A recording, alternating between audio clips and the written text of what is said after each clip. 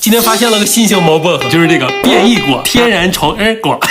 然后打开试一下啊，它的最大特点就是猫只需要闻一下就会一直蹭你手，对，是一直，就算你把猫薄荷放旁边，它也会继续蹭。2 hours later， 整整2小时，剧本都不敢这么演。重点是啥？你看看它蹭的，那头发上毛都蹭掉了，还蹭呢。